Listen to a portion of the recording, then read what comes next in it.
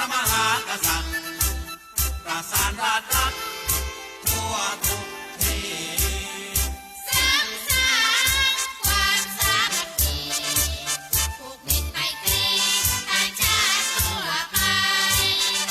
งานศิลปะและวัฒนธรรมเผยแพร่ประจำน้อมนำชาวไทยสร้างความรักชาติความมั่นคงภายในประชาสนใจได้ฟังรายการจากสวท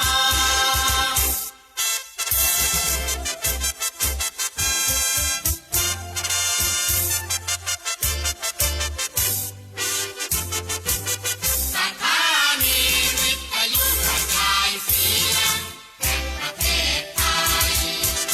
ทำงานมั่นใจในด้านข่าวสารให้ความรู้ทั่วทุกด้านให้ความสำราญบันเทิงรื่นเริงใจเผยแพร่ผลงานรัฐบาลด้วยราชการทั้งไทยและไกล สร้างสรรค์ระบอบประชาธิปไตยให้ชาวไทยเข้าใจอันดีเชิดชูนชาติศาสนาพระมหากษัตริย์ประสานราชรัฐทั่วทุกที่ สร้างสรรค์ความสามัคคีผูกมิตรไมตรีต่างชาติทั่วไปงานศิลปะและวัฒนธรรมเผยแพร่ประจำน้อมนำชาวไทยสร้างความรักชาติความมั่นคงภายในประชาสนใจได้ฟังรายการจากสวท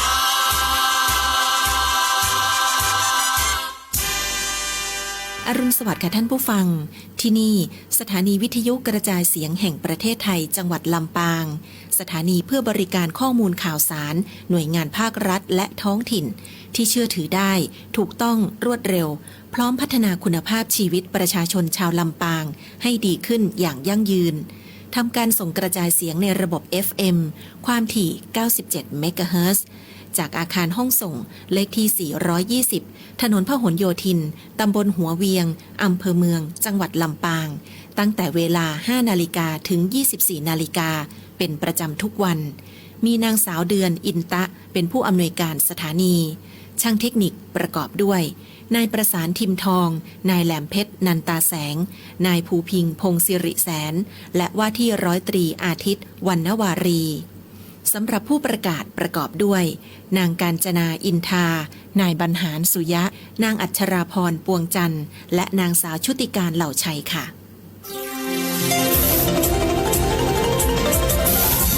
วิทยุแห่งประเทศไทยให้ความรู้คู่ความสุข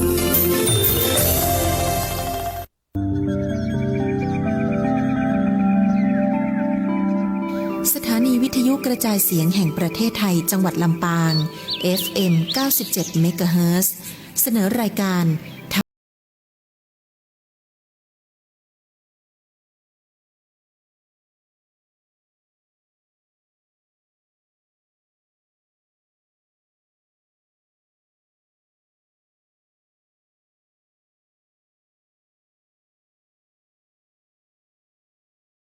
ปานาติปาตาเวรมณี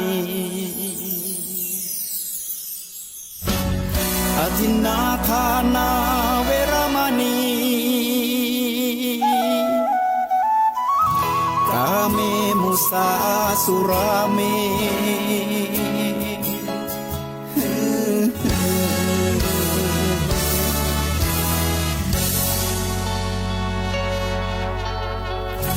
ศีลคือข้อห้ามธรรมคือข้อ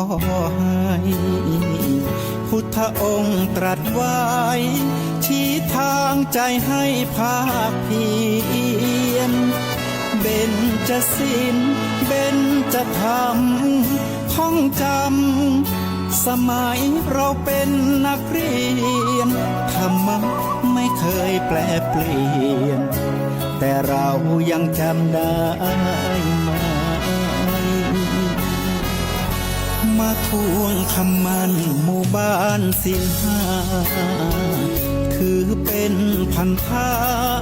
ชาวพุทธทุกคนทั่วไทยสำนักพุทธขับเคลื่อนธรรมจุดเทียนสว่างที่กลางหัวใจสังคมจะร่มเย็นได้ ประเทศไทยกรมประชาสัมพันธ์ FM 92.5 เมกะเฮิรตซ์และ AM 891 กิโลเฮิรตซ์เสนอรายการธรรมรับอรุณยินดีต้อนรับสู่สถานีวิทยุ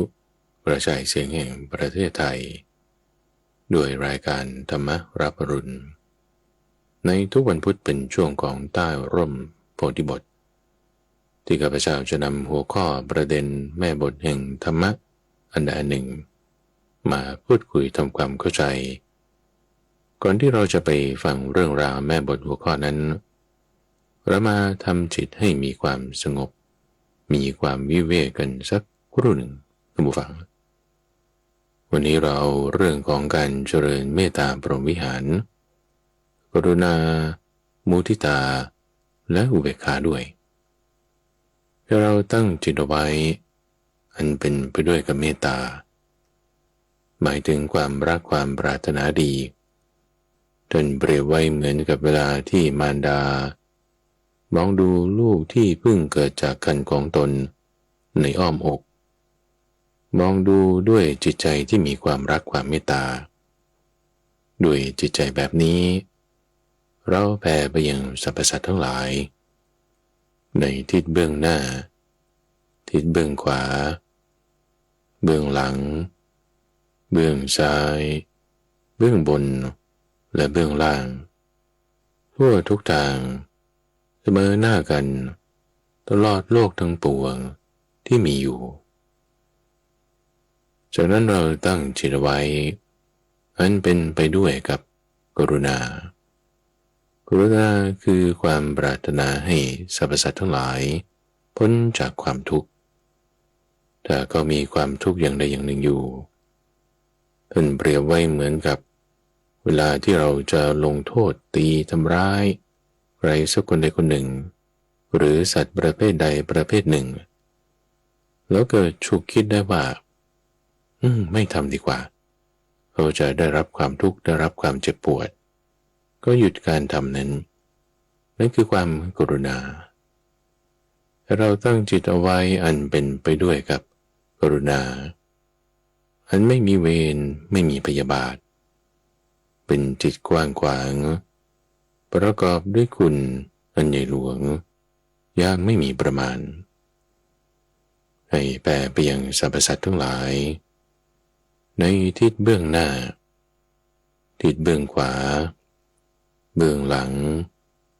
เบื้องซ้ายเบื้องบนและเบื้องล่าง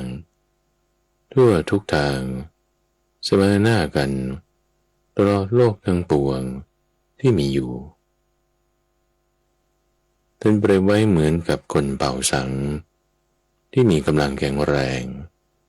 สามารถเป่าสังให้ได้ยินได้ทั้งสี่ทิศไม่อยากฉันใดก็ให้เราตั้งจิตไว้อันเป็นไปด้วยกับกรุณาแผ่ไปยังสรรพสัตว์ทั้งหลายฉะนั้นเหมือนกันแล้วพึงตั้งจิตเอาไว้อันเป็นไปด้วยกับมุทิตามุทิตานั้นคือความยินดี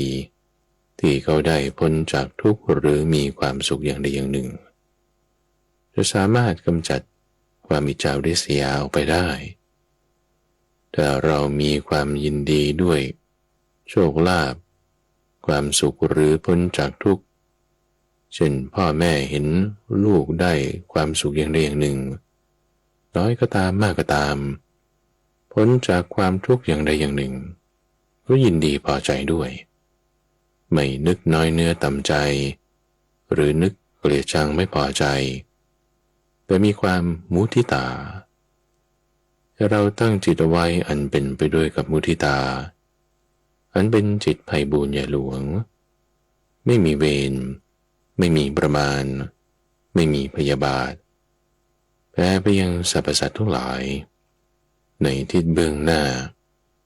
ทิศเบื้องขวาเบื้องหลังเบื้องซ้ายเบื้องบนและเบื้องล่างทั่วทุกทางเสมอหน้ากันตลอดโลกทั้งปวงที่มีอยู่และพึงตั้งจิตไว้อันเป็นไปด้วยกับอุเบกขาอุเบกขาคือความวางเฉยท่านเปรียบไว้เหมือนกับเวลาที่เราเจอสุขก็ตามเจอทุกข์ก็ตามไม่ได้จะยินดีพอใจหรือขยะแขยงเกลียดชังไปตามความสุขหรือความทุกข์นั้นให้เหมือนกำแพงให้เหมือนภูเขาลมจะพัดใส่ฝนจะตกใส่ก็นิ่งเฉยวางเฉยไม่หวั่นไหวไม่ไหวติงให้พึงตั้งจิตไว้อันเป็นไปด้วยกับอุเบกขาอันไม่มีเวรไม่มีพยาบาทเป็นจิตกว้างขวางประกอบด้วยคุณอันใหญ่หลวงยังไม่มีประมาณแล้วแผ่ไปยังสรรพสัตว์ทั้งหลายในทิศเบื้องหน้าทิศเบื้องขวาเบื้องหลังเบื้องซ้ายเบื้องบนและเบื้องล่างทั่วทุกทางเสมอหน้ากันตลอดโลกทั้งปวงที่มีอยู่เปรียบเหมือนคนเป่าสังที่มีกำลังแข็งแรงสามารถเป่าสังให้ได้ยินได้ทั้งสี่ทิศ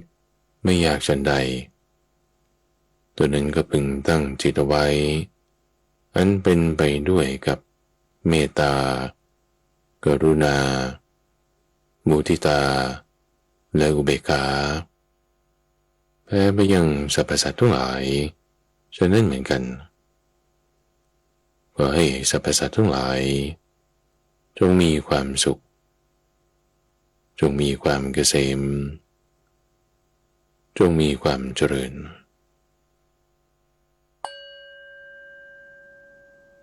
เอาล่ะท่านผู้ฟังหลังจากที่เราทำจิตให้มีความสงบกันมาสักครู่หนึ่งก็มาฟังหัวข้อแม่บท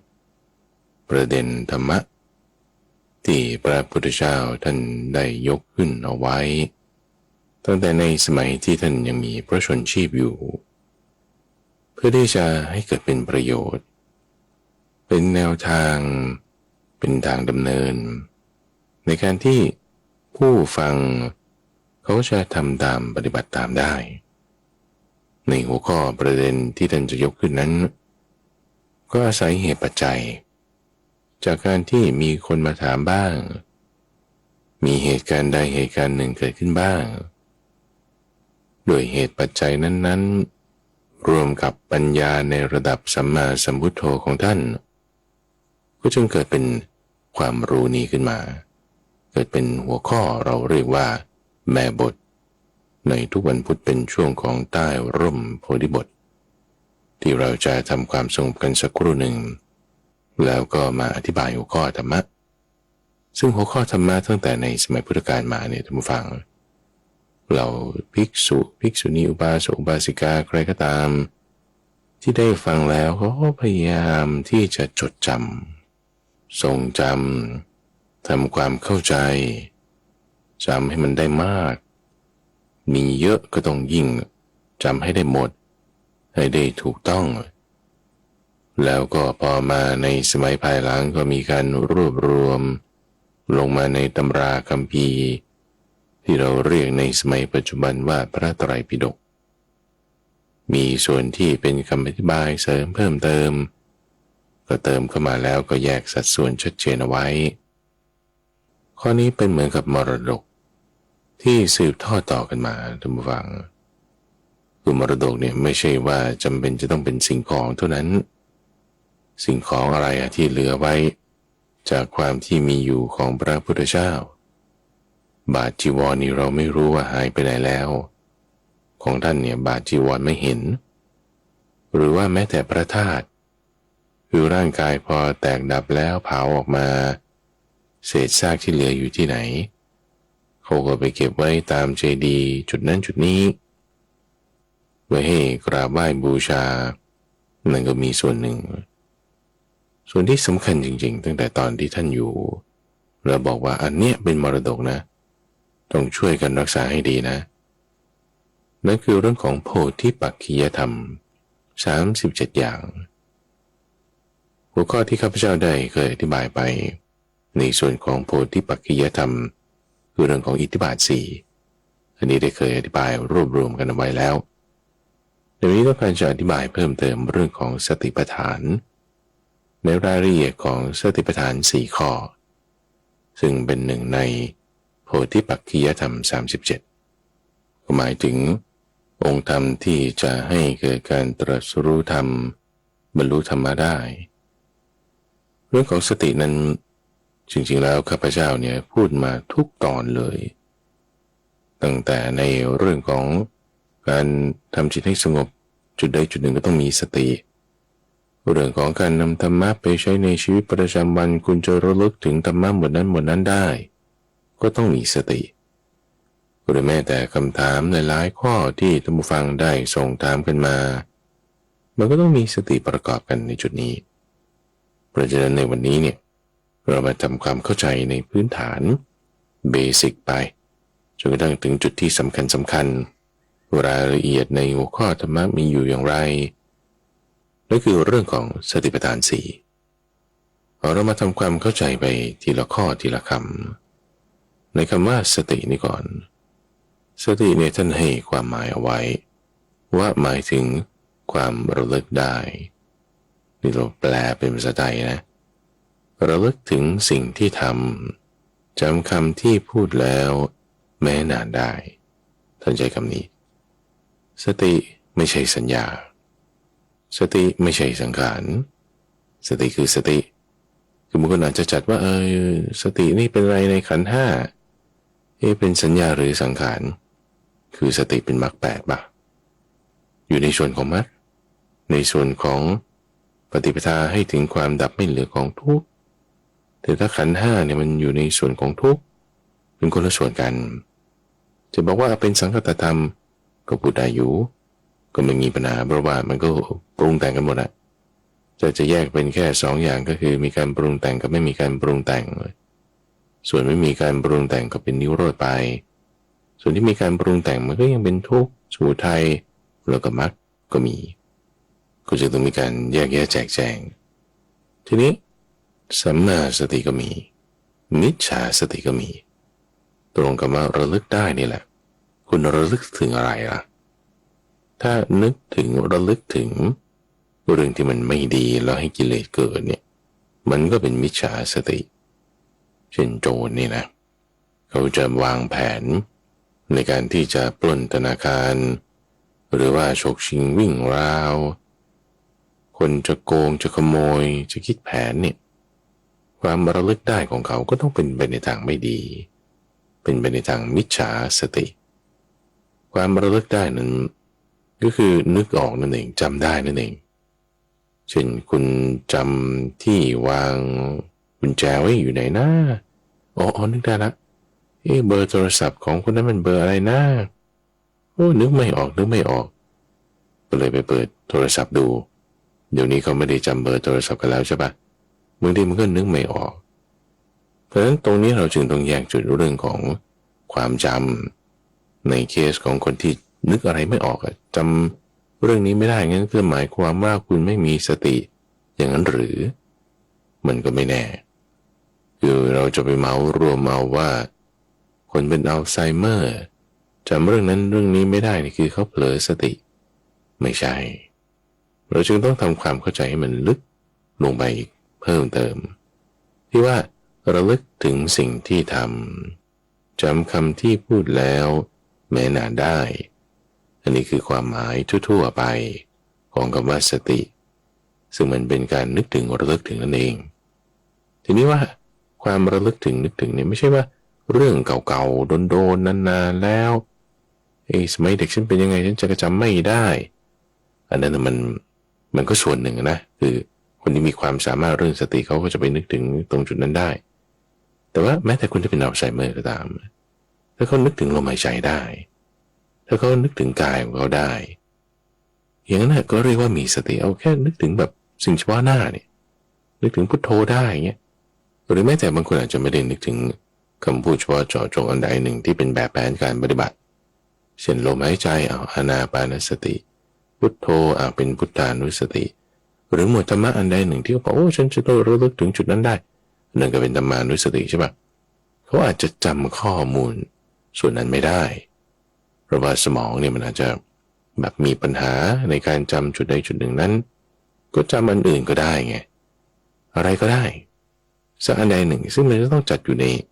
กายเวทนาจิตหรือธรรมอยู่แล้วล่ะเรื่องที่ท่านจำได้ดีไม่ลืมอาจจะเป็นเรื่องกายของตัวเองกายของตัวเองกระดูกนึกถึงได้เนี่ยแค่เนี้ยมันก็คือสติแล้วนะก็จะว่ามันเรื่องเล็กๆนิดเดียวนะเฉพาะหน้าจุดนั้นเนี่ยแค่เนี้ยมันก็คือสติแล้วไม่ใช่ว่าจะต้องแบบเป็นอดีตนานๆคือต้องยกเคสนี้ขึ้นเพราะฉะนั้นในกรณีที่สองที่ว่าในความหมายของคำว่าสติเนี่ยทุกฟังเขาเจ้าอยากจะเปรียบเทียบอย่างนี้ว่ามันเหมือนกับเรา disassociate คือเคลื่อนตัวออกจากจุดใดจุดหนึ่งที่เราอยู่อุปมาประไมยที่ท่านผู้ฟังที่ฟังในช่วงของจิตวิเวกจะได้ยินได้ฟังอยู่เป็นประจำคือช่วงนั้นเป็นช่วงเวลาที่เราจะทำจิตให้สงบให้มีความวิเวกเราก็ตั้งสติขึ้นเนี่ยลักษณะการตั้งสติก็คือเหมือนกับว่าเปรียบเทียบนะคนดูภาพยนตร์เป็นซีรีส์ฟินจิกหมอนคือแบบโอ้ดูแล้วก็จิกหมอนไปด้วยพระเอกหล่อมากดูจนจิกหมอนมือหงิกนะถ้าเราเคลิ้มไปตามการแสดงในภาพเป็นยังไงตัวละครเป็นยังไงอันนี้คือเราอินเข้าไปเลยคือเพลินไปตามละครซีรีส์อะไรต่างๆเหล่านั้นไปทีนี้บางคนที่เขาดูเนี่ยเขาก็ไม่ได้อินไปตามขนาดนั้นโอ้ยอะไรมันจะฟินจิกหมอนก็พระเอกก็พระเอกนางเอกก็นางเอกอย่างนี้นะก็ไม่ได้อินมากก็เนี่ยคือเขาไม่เพลินไปเท่าไหร่นี่คือการที่แบบไม่ดูดดื่มเข้าไปอันนี้แสดงถึงความที่คุณมีสติระดับหนึ่งในความที่จะไม่อินไปตามนั้นแต่แยกตัวออกมาได้จากบุรุษที่หนึ่งก็เป็นบุรุษที่สองออกมาซึ่งในระดับของบุรุษที่หนึ่งบุรุษที่สองเนี่ยบางทีเราก็ยังจะมีเรื่องราวของสองคนที่จะกระทบกันได้แบบว่าทำไมเธอชอบคนนั้นจะไม่ชอบคนนี้ก็วิจารณ์หนังกันไปอย่างนี้ทีนี้ในระดับสติที่จะถูกต้องก็คือว่าออกมาในระดับของบุคคลที่สามคือเหมือนคนฉายหนังหรือคนที่ดูหนังนั้นอีกทีหนึ่งเช่นมีสุภาพสตรีคนหนึ่งดูซีรีส์ในทีวีนั้นโอ้โหอินมากเลยเราออกมาจากบุคคลที่สามดูเนี่ยก็เห็นภาพยนตร์ละครอะไรที่มันเล่นอยู่ในทีวีแล้วก็เห็นคนที่เขาดูด้วยว่าโอ้โหเขาจิกหมอนอย่างนี้ฟินอย่างนี้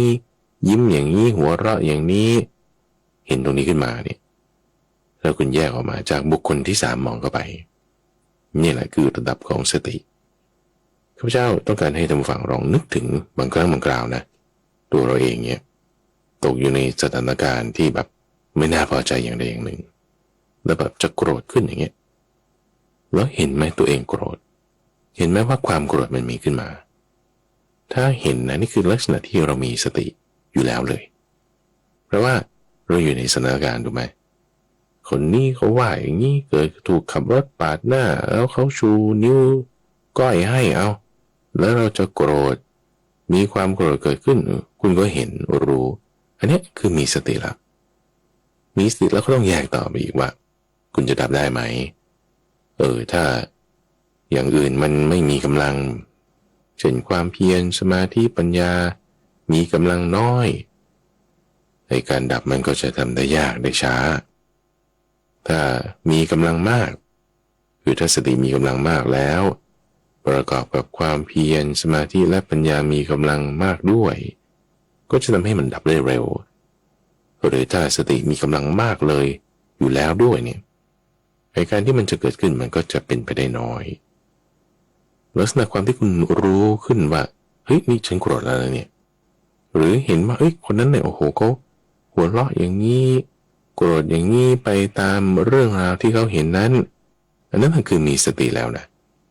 มีสติแล้วจะแวบเดียวครู่เดียวน้อยนิดเดียวก็ยังเป็นสติจะเห็นชัดเจนเลยแจ่มแจ้งเหมือนเราบุคคลที่สามดูคนที่เขาดูหนังนั่นอีกทีหนึ่งก็เป็นสติเหมือนกันสติคือความระลึกได้เนี่ยหมายถึงอย่างนี้เพราะฉะนั้นคนที่เป็นอัลไซเมอร์อาจจะจำเรื่องในอดีตอะไรต่างๆไม่ได้ที่กุญแจวางไว้ตรงไหนลูกชื่ออะไรแล้วลูกฉันมีกี่คนมีลูกสาวด้วยเหรอเนี่ยอะไรเงี้ยอาจจะจำข้อนั้นไม่ได้ใช่ปะแต่อย่างน้อยอารมณ์อะไรต่างๆเกิดขึ้นปุ๊บเนี่ยสามารถที่จะรู้ได้แยกออกมาปุ๊บนึกถึงจุดใดจุดหนึ่งที่จะอธิบายต่อไปเรื่องของกายเวทนาจิตธรรมเนี่ยนึกถึงจุดใดจุดหนึ่งแล้วปุ๊บก็แยกส่วนที่เป็นอารมณ์ออกมาได้เห็นเหมือนบุคคลที่สามอันนี้เพียงพอแล้วท่านผู้ฟังในการที่จะเรียกว่ามีสติน้อยก็ตามมากก็ตามนะไม่เป็นไรก็จึงมีคนที่ใช้ไปในแยกความหมายว่าคือการระลึกรู้คือรู้ตัวด้วยจึงต้องมารวมกันกับคำว่าสัมปชัญญะคือความรู้ตัวพร้อมก็จะมีส่วนที่เป็นปัญญาประกอบกันเข้าไปในสติยังไงก็ต้องมีปัญญาตรงฝั่งคือมันรวมกันอยู่ในนี้คือธรรมะของพระพุทธเจ้าเนี่ยถ้าจะใช้ลายสักนิดหนึ่งนะตรงฝั่งคืออธิบายเพิ่มเติมเนี่ยคือตอนที่พระพุทธเจ้าบรรลุสัมมาสัมพุทธญาณหรือว่าเราอริยสาวกบรรลุขั้นอรหันต์เนี่ยจิตของท่านเหล่านั้นจะต้องรวมเป็นหนึ่งเดียวเป็นหนึ่งเป็นก้อนเป็นอันเดียวเป็นหนึ่งคือไม่ได้แยกจุดนั้นจุดนี้ไม่ใช่แต่เวลาการอธิบายให้ทราบให้ฟังเนี่ยต้องอธิบายถึงว่าในก้อนหนึ่งรวมเดียวเนี่ยมันมีอะไรอยู่ข้างในบ้างนะพอแยกออกมามีสติปัฏฐานมีพละมีอินทรีย์มีโพชฌงค์มีความเพียร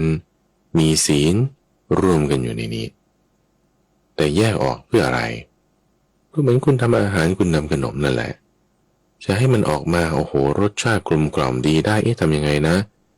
ส่วนประกอบนี้ใส่เข้าไปส่วนประกอบนี้ใส่เข้าไปผลกันออกมาถูกต้องใช้ความร้อนดีงามเวลาเหมาะสมมันก็สุกงอมขึ้นมาอร่อยดีขึ้นมาเช่นเดียวกันท่านจึงต้องแจกแจงออกแจกแจงแล้วมันก็ต้องพูดรวมกันว่าพอมันไปรวมกันแล้วมันจะเป็นยังไงรวมกันแล้วมันก็ต้องมีปัญญาด้วยสติเนี่ยมีการรู้ตัวทั่วพร้อมมีสมาธิอะไรต่างๆอยู่ในนี้แล้วทีนี้ต่อไปท่านผู้ฟังเราทำความเข้าใจในเรื่องของความหมาย definition ไปแล้วในสองนัยยะคือคำว่าระลึกได้หรือหมายถึงการที่เราแยกตัวออกมาเป็นบุคคลที่สามเห็นเข้าไปแจกแจงต่อไปท่านผู้ฟังเราเอามาดูอานิสงส์ดีกว่าสตินี่มีอานิสงส์มากเลยท่านบอกถึงว่าการที่เราจะเข้าสมาธิได้เป็นสัมมาสมาธิก็ต้องอาศัยสัมมาสติในสัมมาสติเจาะลงไปก็เป็นสติปัฏฐานสี่ยังพูดถึงความที่ท่านพระอนุรุทธะบรรลุธรรมแล้วก็มีตาทิพย์มีหูทิพย์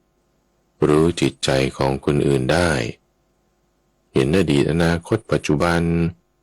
รู้สิ่งที่เป็นประโยชน์ไม่เป็นประโยชน์เข้าใจธาตุอะไรต่างๆได้รู้ความยิ่งความหย่อนของอินทรีย์แห่งสัตว์ทั้งหลายนั่นก็เพราะว่าเจริญสติปัฏฐานทั้งสี่เจริญสติปัฏฐานทั้งสี่ทั้งพระบวชใหม่ทั้งพระที่บรรลุธรรมแล้วหรือแม้แต่ฆราวาสที่เพิ่งมาฝึกปฏิบัติธรรมก็ต้องเจริญสติปัฏฐานสี่เพราะว่าการเจริญสติปัฏฐานสี่มันก็จะทำให้ต่อไปและต่อไปจนถึงที่สุดแห่งความทุกข์ได้ยังเป็นเหตุให้เกิดวิชชาและวิมุตติสติยังเป็นธรรมเครื่องรักษาจิตยังเป็นธรรมเครื่องรักษาตนยังเป็นเหตุที่จะให้เกิดความเพิ่มพูนในกุศลธรรมเป็นไปเพื่อความไม่ประมาทเป็นเครื่องกั้นในกระแสของโลก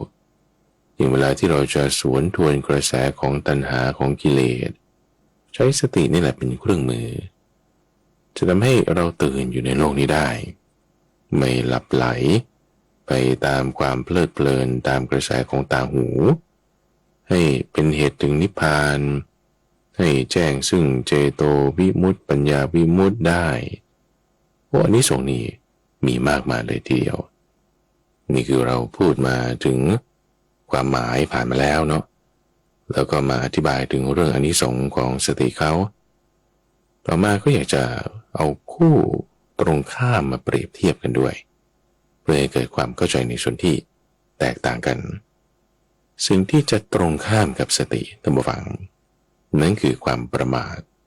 นั่นคือความเพลินเมื่อไหร่นั่นคือสติมันลดลงทันทีประมาทตรงไหนนั่นคือสตินี่มันลดลงทันทีคำว่าเพลินนี่หมายถึงอะไรเพลินนี่ไม่ใช่ว่าคุณจำไม่ได้นะคุณจำอดีตได้จำอนาคตได้มีสติสัมปชัญญะพร้อมอาจจะรู้ลมหายใจด้วยซ้ำอยู่กับปัจจุบันนั่นแหละแต่เพลินไปในปัจจุบันได้ไงเพลินไปกับลมหายใจได้จะพูดก็คือคุณเพลินไปในสมาธิได้เพลินไปในสุขเวทนาได้บางคนเพลินไปในทุกขเวทนาก็ได้เราก็มาเพลินอยู่ตรงไหนเนี่ยสติมันจะเบาบางจากตรงนั้นลงไปทันทีเพราะว่าความเพลินกับสติเนี่ยมันตรงข้ามกันถ้าไม่เพลินนั่นคือมีสติไม่ใช่ว่ามีทุกข์น้อยหรือมีทุกข์มากนะทุกเวทนาที่เกิดขึ้นเนี่ยถ้ามีน้อยหรือมีมากมันไม่ได้จะเกี่ยวกับว่าสติจะได้มากหรือได้น้อยหรือความเพลินจะได้น้อยหรือได้มากมันก็ไม่แน่เพราะความเพลินมันเกิดได้ทุกที่สติก็เกิดได้ทุกที่เหมือนกันเพลินนี่เป็นลักษณะยังไงคือมันตามไปไงถ้าเราจะบอกว่าสตินี่คือเป็นบุคคลที่3แยกออกมาเพลินเนี่ยมันก็คือจะเข้าไปตามบุคคลที่1ที่2นั้นรู้ตัวไหมรู้ตัวแน่นอนคุณรู้ตัวอยู่แล้วตัวคุณจะเข้าไปเนี่ยคุณรู้อยู่แล้วว่าคุณจะพูดคำนี้คุณจะทำสิ่งนี้คุณจะวิจารณ์เรื่องนี้อย่างคนที่เขาด่าคนอื่นเนี่ยเขาไม่รู้ตัวเขาก็รู้ตัวนั่นแหละเขาก็ยังมีสติสัมปชัญญะพร้อมด้วยถ้าเขาจะพูดนะแต่มันเป็นสัมมาสติไหมล่ะแต่เพลินไปเนี่ยคุณก็มีมิจฉาสติเพิ่มขึ้นสัมมาสติมันก็ลดลงปัญญาอะไรต่างๆที่มีตามมาเช่นการจะคิดคำด่าจะคิดคำเสียดสีคิดเรื่องบาสีบัตเถลิงก็ตามมาเป็นปัญญาที่เป็นมิจฉาก็ตามมาเพราะว่าความระลึกที่มันไม่ถูกต้องนั้นมันก็ไปได้ก็เพลินไปได้คือเพลินตามกระแสของกิเลสไปสติอะไรที่มันจะเรียกเป็นเครื่องมือมาใช้ก็เป็นมิจฉาสติไปปัญญาก็เป็นมิจฉาทิฏฐิไปคำพูดคำจาก็เป็นมิจฉาวาจาไปรู้ตัวหมดอะรู้ตัวแต่เพลินไปตามกระแสนั้นไงเพราะฉะนั้นเราจะต้องรู้จักเตือนตนด้วยตนอยู่เสมอบางทีก็พักเบรกดูบ้างที่เราทำเนี่ยมันถูกไหมเนาะก็เลยควรไตรตรองดูการดึงแยกออกมาเนี่ยก็จึงเป็นสติหรือว่าเป็นสัมมาสติให้เห็นตรงจุดนี้อย่างที่2นอกจากเพลินแล้วก็คือประมาทคำว่าประมาทพุทธพจน์ที่หลายคนก็จะจำได้แม่นเลยคือคำสุดท้ายก่อนที่พระพุทธเจ้าของเราจะปรินิพพานตรัสไว้เป็นปัจฉิมวาจาว่าพวกเธอทั้งหลายจงตั้งอยู่ในความไม่ประมาทเถิดความไม่ประมาทก็คือสติสิ่งที่จะตรงข้ามกับสตินั้นก็คือความประมาทอะไรคือความประมาทยกตัวอย่างเช่นว่าในสถานการณ์โควิดแพร่ระบาดอย่างเงี้ยมึงก็จะบอกว่าก็ไม่ต้องใส่หน้ากากก็ได้อยู่กัน 2-3 คนหรือไปที่นั่นก็ได้นะไม่น่าจะเป็นอะไรหรือถนนมันก็ว่างๆนี่นะแล้วรถมันก็แรงด้วยเราก็ลองเร่งเครื่องดูขับเร็วๆดูขับเฉวียนดูอันนี้เขาก็จะว่าขับรถด้วยความประมาททดลองเครื่องดูในความคิดที่ว่าไม่น่าจะเป็นอะไรในความคิดว่าไม่เป็นไรหรอกในความคิดในลักษณะที่ขาดความรอบคอบเลินเล่อนี่แหละนั่นน่ะคือความประมาทคือพอมีความประมาทแล้วมันอาจจะ ไม่มีปัญหาก็ได้ความประมาทเนี่ยยังอยู่ในการเล่นการพนันยังอยู่ในการดื่มสุราตอนดื่มสุราตอนเล่นการพนันตอนที่ไม่ได้ใส่หน้ากากอนามัยตอนที่ออกไปข้างนอกลืมไปอย่างเงี้ยปัญหามันอาจจะไม่เกิดไงแต่ถ้ามันจะเกิดตรงนั้นนี่นะคือจุดของความประมาทถ้ามันจะรั่วถ้ามันจะมีปัญหาเวลามันจะเกิดตรงนั้นนั่นคือความประมาทจุดไหนที่เราประมาทเนี่ยเวลาปัญหามันจะเกิดตรงนั้นเวลาอกุศลธรรมจะเกิดมันจะเกิดตรงนั้นเวลาความชั่วจะเกิดมันจะเกิดตรงนั้นถ้ามันจะมีมามันอาจจะไม่มาก็ได้ไงถ้าเหตุเกิดมันไม่มีเช่นถ้าไม่มีเชื้อโรคคุณไม่ต้องใส่หน้ากากก็ได้คุณก็ไปคลุกคลีกับคนนั้นคนนี้ก็ได้หรือบางทีรถมันอาจจะไม่หมุนในตัวเองของมันก็ได้มันก็ไม่พลาดพลั้งไปชนสิ่งนั้นสิ่งนี้คือถ้ามันไม่มีรถสวนมาไม่มีอะไรมากีดขวางบางทีเหตุที่จะให้เกิดชนตุ้มตามมามันก็ไม่มีถ้าเหตุเกิดมันไม่มีอันตรายมันก็ไม่มีอะล่ะแต่มันไม่มีเพื่อนชั่วมันไม่มีปากที่จะให้พูดได้กินเหล้าไปเนี่ยมันก็จะไม่พูดคำชั่วไม่ไปทำชั่วอยู่แล้วไงแต่มันไม่มีเหตุเกิดของความชั่วอาจจะรอดไปในวาระนั้นคือโชคดีว่างั้นเถอะไม่รอบคอบแต่ก็ไม่มีปัญหาความประมาทนี่มันจึงเพิ่มพูนจุดนี้พอเราไม่รอบคอบเผลอไปจุดนั้นไม่ได้ทำจุดนี้ไม่เห็นด้วยเพราะว่าโทษมันไม่เกิดพอโทษมันไม่เกิดมันก็ไม่มีอะไรมาเตือนพอไม่มีอะไรมาเตือนความประมาทมันก็เพิ่มขึ้นเช่นเดียวกันกับลักษณะของสติเลยท่านผู้ฟังพอเราทำความประมาทเพิ่มขึ้นความประมาทมันก็เพิ่มขึ้นสติก็เหมือนกันตรงที่ว่าพอเราตั้งสติไว้ได้สติมันก็เพิ่มขึ้นได้เหมือนกันมันเป็นลักษณะที่คู่ตรงข้ามกันความประมาทแล้วก็สตินี่ถ้าเราไม่ประมาทนั่นคือสติทันทีคุณเห็นประตูอย่างเงี้ยจะเอามือจับบานประตูถ้าทำโดยแบบไม่นึกเลยเนี่ยก็คือเปิดไปเลยจับไปเลยแล้วก็ไปเลยแล้วก็ไม่ต้องคิดไม่ต้องนึกแต่ถ้านึกได้เดี๋ยวเราเช็ดล้างมือก่อนดีกว่านะเราค่อยจับหรือเอาผ้าจับหรือใส่ถุงมือจับหรือมีมาตรการในการป้องกันอย่างใดอย่างหนึ่งการที่คุณนึกถึงได้ก่อนที่จะทำอะไรลงไปว่าจะทำแล้วมันจะดีไหมมันจะมีข้อผิดพลาดอะไรแล้วไม่ทำหรือมีวิธีแก้ลักษณะอาการแบบนี้คือไม่ประมาทความระลึกได้นั่นน่ะคือสติไงความไม่ประมาทก็จึงเป็นสติความไม่เผลอไม่เพลินไปนั่นก็เป็นสติซึ่งมันต้องมีตลอดมีต่อเนื่องไงมีตลอดมีต่อเนื่องฝึกกล้ามเนื้อตรงนี้สติของเราก็เพิ่มพูนขึ้นอันนี้คือคู่เปรียบเทียบส่วนต่างคือความประมาทและความเพลินให้ได้เห็นว่าสตินั้นเป็นอย่างไรแต่ไม่ต้องฟังในรายละเอียดของคำว่าสตินี้เวลาพระพุทธเจ้าท่านจะอธิบายให้แบบเป็น definition เป็นความหมายเนี่ยนะท่านก็พูดในภาษาของท่านว่าคือความระลึกได้ระลึกถึงสิ่งที่ทำจำคำที่พูดและแม้นานได้ระยะที่สองที่ท่านจะอธิบายก็จะอธิบายในคำว่ากายเวทนาจิตและธรรมคือสติปัฏฐานสี่จะอธิบายใช้สติปัฏฐานสี่เนี่ยตลอดในนัยยะของสัมมาสติสติปัฏฐานสี่กายเวทนาจิตธรรมนั้นมีอะไรบ้างคำว่าสติปัฏฐานนั้นหมายถึงฐานที่ตั้งที่จะให้เกิดสตินั่นเองถ้าเราจะมาดูตามนัยยะของมหาสติปัฏฐานสูตรก็ตามอานาปานสติสูตรก็ตามหรือสัมมาทิฏฐิสูตรหรือสติปัฏฐานสูตรเนี่ยจะมีข้อมูลต่างๆเหล่านี้อธิบายไว้มากเลยเรื่องของกายข้าพเจ้าอยากจะนำมาพูดในเป็นหัวข้อในที่นี้ย่อๆเอาไว้ว่าหมายถึงกายของเรานี่แหละเราใช้กายของเราเป็นที่ระลึกถึงก็ได้เช่นนึกถึงกระดูกอาการ32หนังเอ็นความเป็นอสุภะแบบนี้ก็ได้คือใช้กายเป็นฐานที่จะให้ตัวเราเองแยกออกมาตามนัยความหมายที่ข้าพเจ้าได้บอกเอาไว้ว่ามีการ disassociate ออกมาจากสิ่งนั้นๆโดยใช้กายเป็นฐานที่ตั้งไง เช่นมานึกถึงลมหายใจนึกถึงกระดูกพวกนี้เป็นกายได้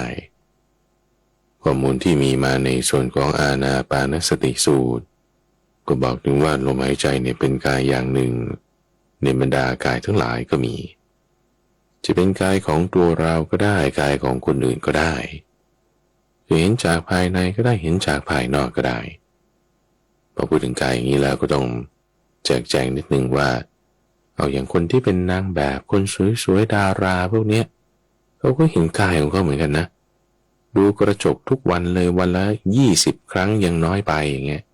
เอามาส่องอยู่เรื่อยเอามาตบอยู่เรื่อยเอามาเติมอยู่เรื่อยเห็นกายแบบนี้เนี่ยมันเป็นสติไหมก็ถ้าเห็นด้วยความสวยงามไงคือเพลินไปไงเพลินเผลอไปลุ่มหลงไปรู้ตัวอยู่นั่นแหละแต่ว่าเป็นลักษณะของมิจฉาคือกิเลสมันเพิ่มคือถ้าราคะเพิ่มก็นั่นก็เป็นมิจฉาสติแน่ตอนนี้ทั้งนั้นอย่างไรก็ตามแต่ถ้าเราดูคนสักแต่ว่าอาการที่เขาดูกระจกอยู่เรื่อยหรือมีร่างกายรูปร่างสวยงามแล้วเขาจะไม่มีสัมมาสติเนี่ยมันก็ไม่ใช่นะดูฟังเพราะว่าดูอย่างนางวิสาขาอย่างเงี้ยเธอก็สวยงามดูอย่างนางสิริมาอย่างเงี้ยเธอก็งดงามเธอก็ยังมีสติได้คือคนที่มีบุญเนี่ยมันก็จะออกมามีความงามอยู่ในทางรูปร่างหน้าตาอยู่แล้วโดยบุญที่มีตั้งจิตไว้ถูกต้องมีพระพุทธเจ้าครูบาอาจารย์อบรมสั่งสอนก็มีสติขึ้นได้แต่ก็ยังสวยงามอยู่นั่นแหละเป็นไปได้คือเพราะว่าบางทีการเข้าสังคมก็ต้องแต่งตัวแต่งหน้าอันนี้ก็ธรรมดาแต่ว่าจิตใจนั้นถ้าไม่ลุ่มหลงเผลอเพลินไปตามร่างกายแบบนั้นก็ชื่อว่ามีสติเหมือนกันเพราะว่าเป็นสัมมาสติแต่ไม่ต้องมาฟังในหัวข้อของเวทนานั้นก็คือความรู้สึกเราจะใช้ความรู้สึกเป็นฐานที่ตั้งให้เกิดสติก็ได้แง่มุมที่น่าสนใจในที่นี้ก็คือสำหรับคนที่เจ็บไข้ได้ป่วยแล้วมีทุกขเวทนามากปวดขาปวดหลังปวดท้องปวดหัวปวดเอวปวดกระดูกอะไรต่างๆทุกขเวทนานะทุกฝั่งมีสติได้นะทุกฝั่งยังไงนะเอาดูพระพุทธเจ้าดิตอนที่ป่วยมันหนักๆเลยในพรรษาสุดท้ายจำพรรษาอยู่ที่หมู่บ้านเวรุวคามป่วยหนักขนาดที่เรียกว่าโอ้ยจวนจะปรินิพพานแล้วทุกเวทนาเนี่ยเกิดขึ้นอย่างแรงกล้าเปรียบเทียบกับตอนที่กำลังทำทุกขกิริยาอยู่ที่ดงคสิริในตำบลขยานั้นก็มีทุกขเวทนามากนะแต่สติสัมปชัญญะเนี่ยไม่ย่อหย่อนเลยสติตั้งไว้เนี่ยไม่ลืมหลงเลยในทุกขเวทนานั้นนะก็จะหมายเพราะฉะนั้นในความหมายกลับมาตัวที่ว่าคุณมีทุกข์อยู่ก็จริงแต่คุณแยกออกมาได้แยกออกมานี่คือเห็นจากบุคคลที่3ว่าเรามีทุกขเวทนาอยู่บุคคลที่1เนี่ยเสวยในทุกขเวทนา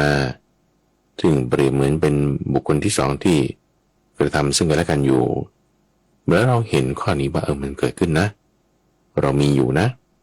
เนี่ยลักษณะนี้คือสติเนี่ยมีได้เราดูสุขเวทนานี่ก็ได้คุณฟังดนตรีมีความสุขมีคนชมมีเงินทองใช้เดินทางนั่นนี่ได้แฮปปี้สถานการณ์ไม่มีปัญหาคุณเผลอสติก็ได้นะเพราะว่าเพลินไปไงเพลินไปประมาทไปไม่ได้ระมัดระวังรอบคอบสุขเวทนาเนี่ยเผลอเพลินได้นะทุกขเวทนาก็เผลอเพลินได้นะตรงที่แบบengross มากเลยเป็นในทุกขเวทนานั้นจมปลักอยู่เลยถูกทุกเนี่ยท่วมทับถาโถมโอ้ทำไมฉันทุกอย่างนี้บ่นน้ำคาญนั่นนี่อันนี้เขาเรียกว่าเพลินไปในทุกขเวทนาหรือลักษณะของทุกขเวทนาก็เป็นแบบนี้คุณเพลินไปก็มีอาการแบบนี้สุขเวทนาเป็นแบบนี้คุณเพลินไปในสุขก็มีอาการแบบนี้ซึ่งมันเป็นคู่ตรงข้ามกันแต่ไม่ดีทั้งคู่เพลินไปในสุขเวทนาก็อาการแบบหนึ่งเพลินไปในทุกขเวทนาก็อาการแบบหนึ่งแต่เพลินไปไม่ดีแน่นอนเพราะฉะนั้นทำยังไงก็มีสติไงมีสติในสุขเวทนาก็ได้มีสติในทุกขเวทนาก็ได้เพ เพราะว่าขันธ์ห้ามันคือขันธ์ห้ามรรคคือมรรคมรรคเนี่ยคือสติขันธ์ห้าคือเวทนาไงเวทนาสัญญาสังขารรูปวิญญาณพวกนี้เป็นขันธ์ห้าสติเกิดขึ้นได้ในขันธ์ห้าเนี่ยต้องฟังคนที่เวลามีสุขแล้วเพลินไปเนี่ยเวลาเกิดทุกข์เขาก็เพลินไม่ได้เหมือนกันคนที่เวลามีทุกข์แล้วไม่เพลินไปเนี่ยคุณก็ฝึกให้จิตมีสุขแล้วไม่เพลินไปก็ได้เหมือนกันบางคนอาจจะคิดว่าทุกข์เนี่ยมันตั้งสติได้ยากไม่จริงหรือบางคนอาจจะบอกว่าสุขเนี่ยตั้งสติได้ง่ายก็ไม่แน่ดูเด็กคนที่พูดถึงว่าเวลาทุกข์เกิดปุ๊บแล้วเขาตั้งสติได้เตือนตนเองได้โอ้นี่ฉันผิดพลาดแล้วเนี่ยฉันต้องรีบแก้ไขแล้วคุณแก้ไขในความไม่ดีทำความดีเพิ่มขึ้นนั่นคุณมีสติแล้วนะแต่พอมีสุขเวทนาเกิดขึ้นเผลอเพลินไป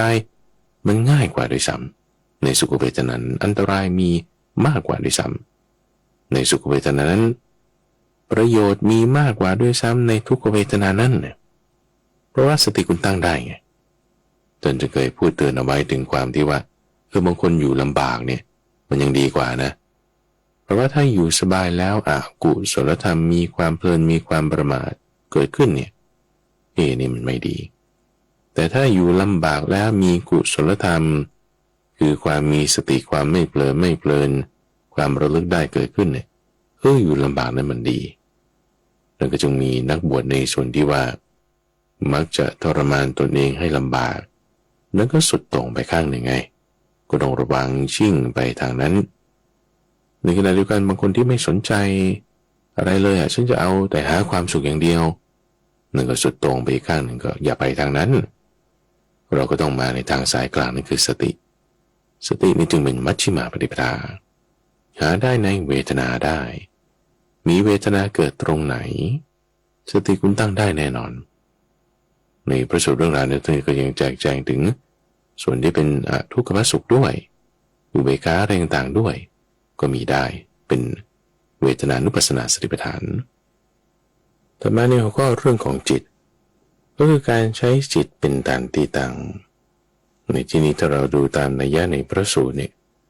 ก็จะพบว่าท่านจะแจกแจงไว้ถึงเรื่องของจิตในประเภทต่างๆจิตมีราคะจิตมีโทสะจิตไม่มีราคะจิตไม่มีโทสะ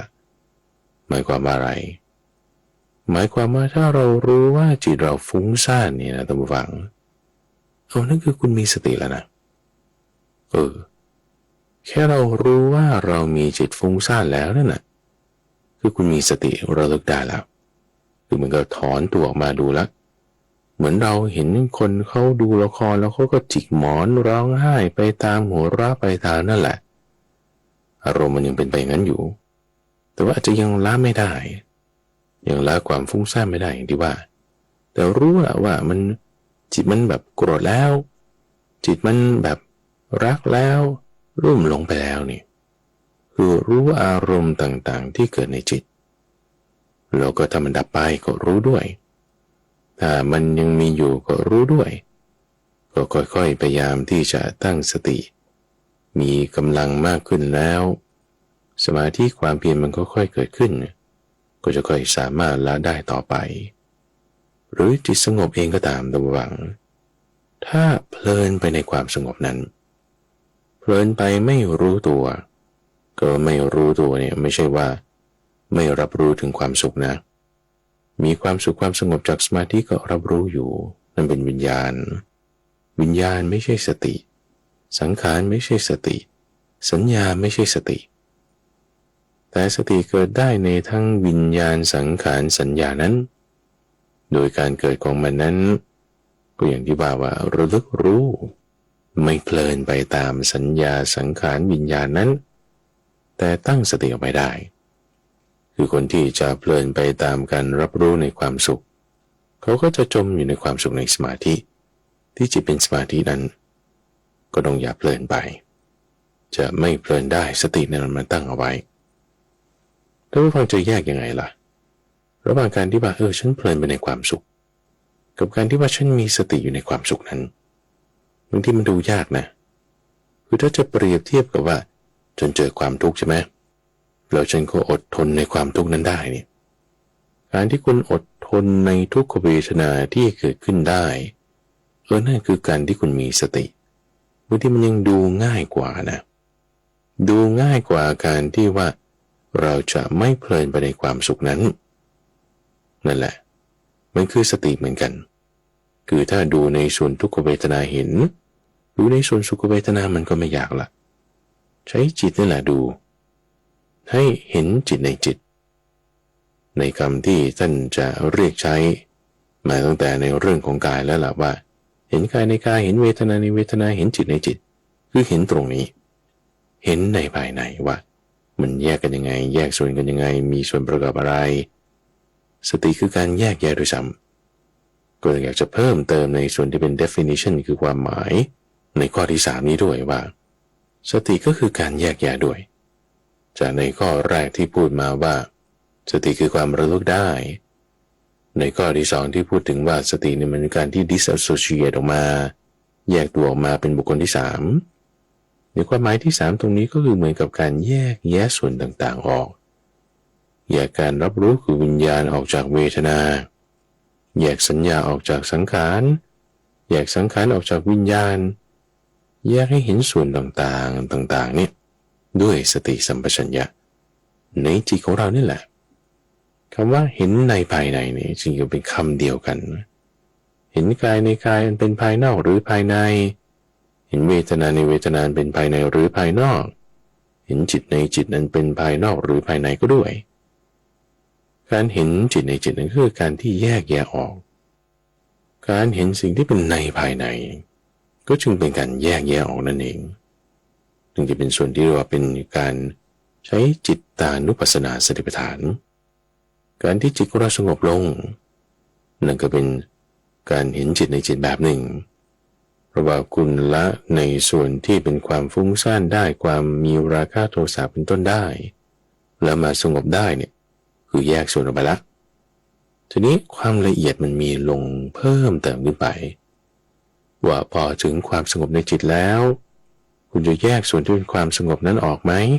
ได้ไหมเห็นไหมไม่เพลินไปได้ไหมเนี่ยมันก็จึงมีความละเอียดลงละเอียดลงละเอียดแล้วก็ยังมีละเอียดอีกละเอียดอีกเห็นลึกซึ้งเข้าไปสติก็มีกำลังมากขึ้นในส่วนของจิตตานุปัสสนาสติปัฏฐานนอกจากเรื่องความมีราคะโทสะเรื่องความสงบของจิตแล้วเราก็ยังพูดถึงการปรุงแต่งในจิตด้วยซึ่งการปรุงแต่งของจิตเนี่ยก็จะเป็นคำพูดบ้าง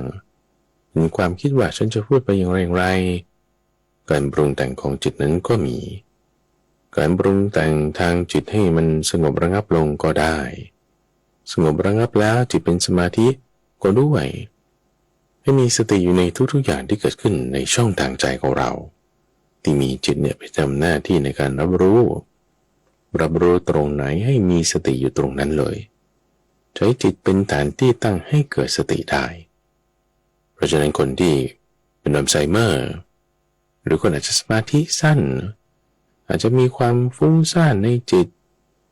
มีราคะหนักไปทางนั้นหรือโทสะหนักมาทางนี้เขาสามารถตั้งสติได้หมดท่านผู้ฟังอยู่ที่ว่าจะฝึกไหมจะใช้ความเพียรไหมเท่านั้นเองจิตตานุปัสสนาสติปัฏฐานสังเกตเห็นในจิตของตัวเราเองเนี่ยช่วยได้หรือถัดมาในข้อที่4ที่เราจะแจกแจงเรื่องของสติตามนัยสติปัฏฐาน4นั้นก็คือเห็นธรรมในธรรมคือธรรมานุปัสสนาสติปัฏฐานถ้าเราดูตามในเนื้อหาของมหาสติปัฏฐานสูตรนี่ข้อนี้นี่ท่านจะแจกแจงไว้เยอะแยะมากมายเลยเอาแบบหลักใหญ่ๆก็อริยสัจสี่นี่ไปเลยที่ย่อยๆลงมาก็จะเป็นเรื่องทุกข์สมุทัยนิโรธมรรคต่อไปอีกก็ยังแสดงเรื่องโพธิปักขิยธรรม37นิวรณ์5ก็พูดถึงอยู่นะสมาธิทุกขั้นก็กล่าวในที่นี้ด้วยหมวดธรรมะข้อไหนๆเนี่ยจับมาใส่ในเรื่องของธรรมะได้หมดเลยเพราะฉะนั้นเวลาที่เราคิดใคร่ครวญในหัวข้อธรรมะอันใดอันหนึ่งอาจจะเรื่องปฏิจจสมุปบาทอาจจะเรื่องประวัติพระพุทธเจ้าอาจจะเรื่องที่เราเคยไปทำบุญที่นั่นที่นี่ด้วยอาจจะเรื่องที่เราเคยทำดีอย่างนั้นอย่างนี้มาด้วย นึกถึงพ่อแม่ก็ด้วยไปพวกนี้เป็นธรรมะหมดนะท่านผู้ฟังนึกถึงปฏิจจสมุปบาทก็เป็นธรรมานุปัสสนาสติปัฏฐานนึกถึงความดีที่เราเคยทำมานั่นก็เป็นศีลานุสติหรือว่านึกถึงพ่อแม่บุคคลที่เรารักนั่นนี่ความดีของท่านนั่นก็เป็นเทวตานุสติหรือใครครวญเรื่องทุกข์ว่าฉันมีทุกข์อย่างนั้นอย่างนี้นั่นก็เป็นอริยสัจสี่ใครครวญทุกข์เนี่ยไม่ใช่ว่าจมเพลินไปในความทุกข์นะแต่มองเห็นความทุกข์นั้นเนี่ยเป็นธรรมะอย่างหนึ่งเป็นธรรมะที่ทำให้เกิดทุกข์นี่เห็นข้อนี้เนี่ยชื่อว่าเห็นธรรมในธรรมนะเอาธรรมะเนี่ยมาใกล้ครวนเพราะฉะนั้นไม่ใช่ว่ามีความคิดแล้วมันคือจิตไม่สงบเหมารวมไปหมดมันไม่ถูกแต่มีความคิดข้อใดข้อหนึ่งในเหตุแห่งทุกข์ก็ตามในตัวทุกข์ก็ตามแล้วเห็นตามความที่มันเป็นทุกข์เป็นเหตุเกิดทุกข์นั้นนี่เป็นการเห็นธรรมในธรรมนะเพราะฉะนั้นระหว่างทุกอย่างเลยที่เราเจอผ่านทางตาทางหูเนี่ยมันจับมาเป็นสติได้หมดจับมาเป็นสติได้หมดสติปัฏฐาน4นะเป็นหนึ่งในโพธิปักขิยธรรม37อย่างนะกายเวทนาจิตธรรมนี่แหละแต่นับเป็น4อย่างนี่แจกแจงออกได้ละเอียดลงไปอีกที่ท่านแจกแจงออกได้ละเอียดมาก็มี10อย่างเรียกว่าเป็นอนุสติ10อย่างอนุสตินี่ก็หมายถึงสิ่งที่จะทำให้สตินั้นตามมาได้อนุเนี่ยแปลว่าตามมาอย่างเช่นอนุชาคือน้องชายก็ผู้ชายที่เกิดตามมาอนุสตินั่นก็คือสิ่งที่จะทำให้สติมันตามมาได้อนุสติทั้ง10อย่างก็ทำให้เกิดสติปัฏฐาน4อย่างได้อนุสติมีอะไรวันนี้ก็มาถึงหัวข้อของอนุสติด้วยคือถ้ากล่าวถึงสติปัฏฐาน4แล้วไม่กล่าวถึงหัวข้ออนุสติ10อย่างก็ไม่ได้อนุสติ10อย่างก็คือพุทธานุสติหมายถึงการตามระลึกถึงคุณของพระพุทธเจ้าข้อที่2คือธรรมานุสติคือการตามระลึกถึงคุณของพระธรรมข้อที่3ก็คือสังฆานุสติคือการตามระลึกถึงคุณของพระสงฆ์ส่วนในข้อที่4นั้นก็คือศีลานุสติคือการตามระลึกถึงศีลที่เราได้รักษามาปฏิบัติมาความดีในข้อใดข้อหนึ่งนั้นข้อที่5นั้นก็คือจาคานุสติหมายถึงการระลึกถึงทานที่เราได้เคยบริจาคเอาไว้และข้อที่6นั้นคือเทวตานุสติคือการระลึกถึงคุณธรรมที่ทำให้คนนั้นเป็นเทวดาเช่นหิริโอตตัปปะความรักความเมตตาการให้ทานเป็นต้นการที่เราระลึกถึงบรรพบุรุษในความดีของท่านนั้นก็เรียกว่าเป็นเทวตานุสติได้ต่อมาในข้อที่7นั้นคืออุปสมานุสติคือการตามระลึกถึงความว่างระลึกถึงความปล่อยความพ้นคือนิพพานข้อที่7นั้นคือมรณสติคือการตามระลึกถึงเหตุปัจจัยแห่งความตายมีมากจะต้องตั้งจิตให้อยู่ในความดีให้ได้ส่วนข้อที่9นั้นคืออานาปานสติคือการตามระลึกถึงลมหายใจเข้าลมหายใจออกแล้วข้อที่10นั้นคือกายคตาสติคือการตามระลึกถึงอาการ32อย่างความเป็นกองปฏิกูลในร่างกายของเราในอนุสติ10อย่างนี้ท่านฟังคือจริงๆตรงนี้ไม่ได้เป็นพุทธพจน์ในชื่อที่ว่าอนุสติ10อย่างนี้นะแต่ว่าในแต่ละข้อทั้ง10ข้อเนี่ยมีพุทธพจน์ที่สนับสนุนกันแน่นอนละแต่คำที่ลงท้ายด้วยสติเนี่ยมี10คำนี้เท่านั้นครูบาอาจารย์ในรุ่นต่อมาท่านจึงรวบรวมมาไว้ในหัวข้อที่เรียกว่าอนุสติ10อย่างซึ่งแน่นอนว่าในส่วนของอานาปานสติเนี่ยมีพุทธพจน์ที่บอกว่าอานาปานสตินี่ทำให้เกิดสติปัฏฐาน4ถูกไหมเพราะฉะนั้นในหัวข้ออื่นๆที่อยู่ในอนุสติ10อย่างเนี่ยก็ทำให้เกิดสติปัฏฐาน4ได้เหมือนกันเพราะว่ามันอยู่ในหมวดเดียวกันเป็นหมวดของการที่ทำสติให้เกิดตามมาได้เพราะฉะนั้นเครื่องมือที่ทำให้เกิดการตั้งสติได้ในระหว่างมีเยอะแยะมากมายท่านเคยเปรียบเทียบเอาไว้ถึงปัญญาของพระพุทธเจ้านะว่า ที่มาเป็นผู้จำแนกแจกธรรมคือเป็นพระควาได้เนี่ยเพราะว่าสามารถแจกแจงเอาเฉพาะเรื่องสติปัฏฐานสี่อย่างเดียวได้เนี่ยได้อย่างแบบโอ้โหมากมายเลยคือถ้าเอาสาวก4 คนมาคนหนึ่งถามเรื่องกายคนหนึ่งถามเรื่องเวทนาคนหนึ่งถามเรื่องจิตคนหนึ่งถามเรื่องธรรมถามมาแล้วพระพุทธเจ้าตอบอีกคนหนึ่งถามมาตอบคนหนึ่งถามมาตอบแล้วไม่ต้องไปห้องน้ำไม่ต้องกินข้าวไม่ต้องนอนถามวนไปตอบวนไปถามวนไปตอบวนไปอย่างนี้ความสามารถในการแจกแจงเอาเฉพาะเรื่องสติปัฏฐาน4อย่างเดียวนี่นะยังไม่หมดเลยท่านผู้ฟังยังไม่หมดเลยสามารถแจกแจงชี้แจงแถลงการยกตัวอย่างเปรียบเทียบอุปมาความแตกต่างลักษณะการใช้งานข้อสนับสนุนข้อเสียแจกแจงออกได้หมด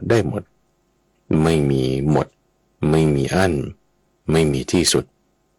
คำสอนเรื่องสติท่านผู้ฟังจึงมีมากทีเดียวจึงมีมากอยู่ในพระสูตรนั้นพระสูตรนี้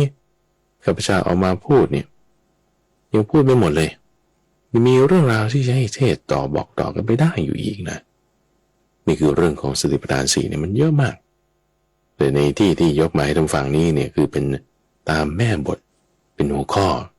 ที่ท่านมีมาในเรื่องนั้นเรื่องนี้ก็จึงยกเรื่องทั้งความหมายยกเรื่องการแจกแจงออกเป็นนัยยะของสติปัฏฐาน4แล้วก็มาอนุสติ10ให้ท่านฟังได้ฟังในที่นี้ก็เป็นความรู้ในแม่บทของเรารู้แล้วก็ให้เข้าถึงการปฏิบัติให้ได้รู้แล้วเห็นความแตกต่างแล้วนั่นแหละคือสติได้ทันทีในช่วงใต้ร่มบริบทจะมาพบกับท่านผู้ฟังเป็นประจำในทุกวันพุธตั้งแต่เวลา 5:00 ถึง 6:00 น.ทั้งสถานีวิทยุกระจายเสียงแห่งประเทศไทยท่านสามารถติดตามรับฟังได้ในระบบพอดแคสต์ในเครื่องเล่นที่มีแอปพลิเคชันหรือว่าใน Facebook Fanpage YouTube Channel ก็ติดตามรับฟังรับชมได้หรือที่เว็บไซต์ที่ปัญญา .org สามารถติดตามฟังย้อนหลังอ่านพระสูตรเรื่องราวประกอบดูรูปภาพต่างๆนั่นนี่ได้สอบถามคำถามได้ปัญญา .org PANYA.org รายการนี้นำเสนอโดยมูลนิธิปัญญาภาวนาซึ่งมีข้าพเจ้าพระมหาไพบูลย์อภิปุณโญเป็นผู้ดำเนินรายการ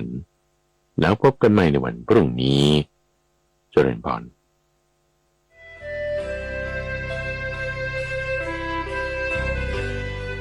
ติดตามรับฟังรายการธรรมรับอรุณได้เป็นประจำทุกวันทางสถานีวิทยุกระจายเสียงแห่งประเทศไทยกรมประชาสัมพันธ์ FM 92.5 เมกะเฮิรตซ์และ AM 891 กิโลเฮิรตซ์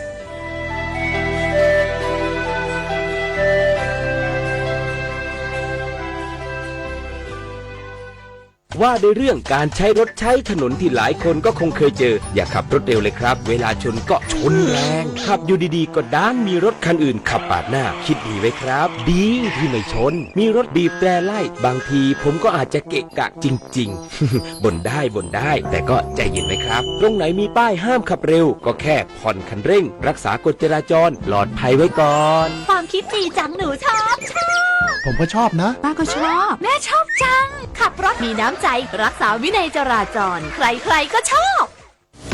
เดี๋ยวตามไปนะโอนเงินก่อนตั้งแต่มีช่องทางออนไลน์ชีวิตง่ายขึ้นเยอะใจเย็นนะจะทำอะไรต้องเช็คข้อมูลให้รอบคอบมิจฉาชีพมันเยอะแล้วจะป้องกันยังไงล่ะไม่บอกไม่กรอกข้อมูลส่วนตัวที่สำคัญอย่ากดลิงก์ที่ไม่รู้แหล่งที่มาไม่ใช้ Wi-Fi สาธารณะทำธุรกรรมการเงินตั้งรหัสผ่านที่เดายากเปลี่ยนทุก 3-6 เดือนและออกจากระบบทุกครั้งเมื่อเลิกใช้งานเท่านี้ก็ปลอดภัยมากขึ้นแล้วจ้า